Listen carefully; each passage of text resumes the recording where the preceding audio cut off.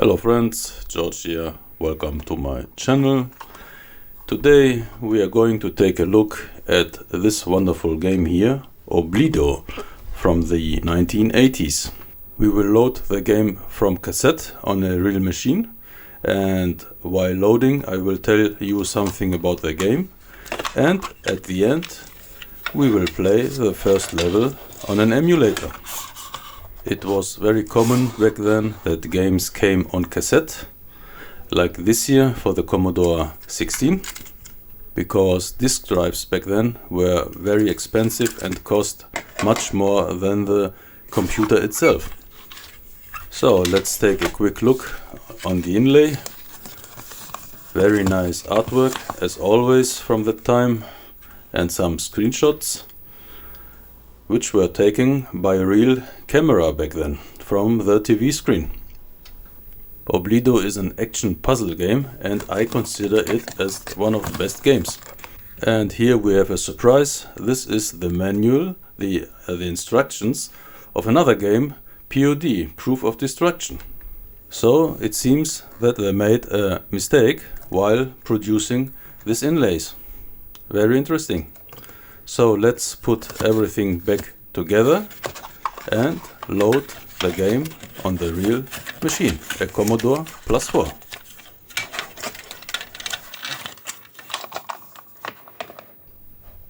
Here's our good old friend, the Commodore +4, and let's enjoy the loading process.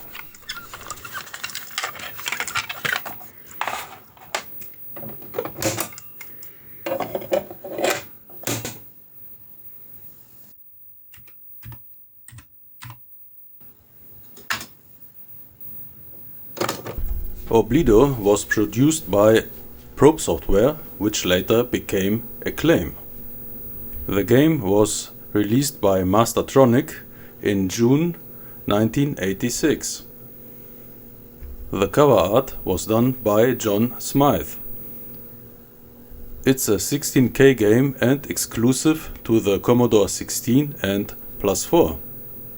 The game was sold back then for £1.99.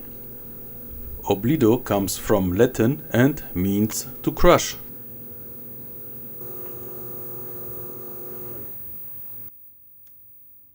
The idea of the game is to push blocks of the same color at their appropriate depot. There are 4 depots and each depot holds 9 blocks.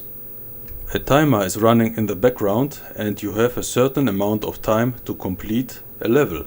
The game has overall 4 levels. Around the depots there are grey pathways. On the pathways some little nasty enemies try to steal your time by touching you or shooting at you. These little creatures are called sinners and spawn at a place called the sin bin. You can shoot the sinners or crush them with the blocks, which is very satisfying. Oblido is a great fun and addictive game. It has nice graphics and challenging gameplay. One of the best games for the system and for all ages. The Zap magazine wrote in August 1987, "An odd little game which has you attempting to put color blocks into their respective areas. Initially confusing but very playable." And they gave it a score of 83 out of 100.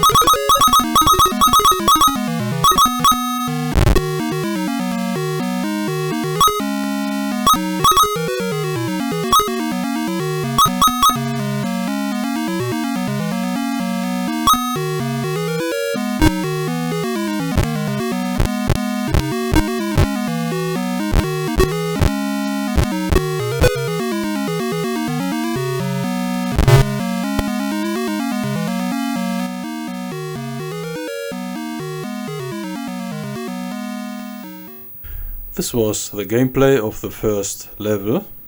At level 4 there is a bug in the game, and that was the reason why I could not complete the game in the 80s. Saying this, I conclude this video. I hope you enjoyed it. Thank you very much for watching, and I hope to see you in the next one. Bye bye.